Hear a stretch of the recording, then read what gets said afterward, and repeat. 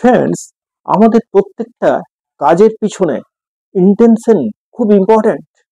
অভিপ্রায়, কোন ইন্টেনশন থেকে আমরা কাজটা করছি। একটা গল্প বলি শুনুন। একটা পাহাড়ি এলাকা, ছোট্ট গ্রাম, সেখানে একটি বাচ্চা ছেলে ছিল, 4-5 বছরের বাচ্চা, খুব দুরন্ত।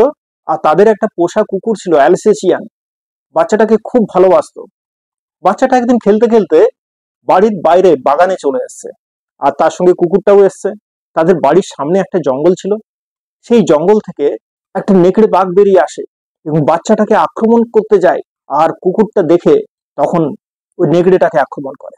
দুজনে একটা ভয়ানক যুদ্ধ হয়, প্রচুর রক্তপাত হয় এবং শেষে ওই কুকুর এবং নেকড়ে বাঘ দুজনেই মারা যায়। উপর থেকে যমরাজ আসেন, ওই কুকুরের স্থান হয় স্বর্গে আর নেকড়ের স্থান হয় নরকে। তখন নেকড়ে যমরাজকে জিজ্ঞেস করেন যে, প্রভু, আমরা তো দুজনে একই দোষ করলাম, দুজনেই তো খুনোখুনি করলাম, হত্যা করলাম, রক্তপাত হলো, তাহলে দুজনে দুরকম কেন? তখন যমরাজ বললেন যে, কাজটা একই করেছো তোমরা, দুজনেই হত্যাকারী, কিন্তু দুজনের ইন্টেনশন আলাদা আলাদা। তোমার ইন্টেনশন ছিল বাচ্চাটাকে হত্যা করা, আর কুকুরের ইন্টেনশন ছিল বাচ্চাটাকে রক্ষা করা।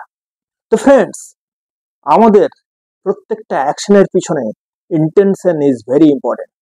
কোন অভিপ্রায় থেকে আমরা কাজটা করছি, that is more important than the work itself.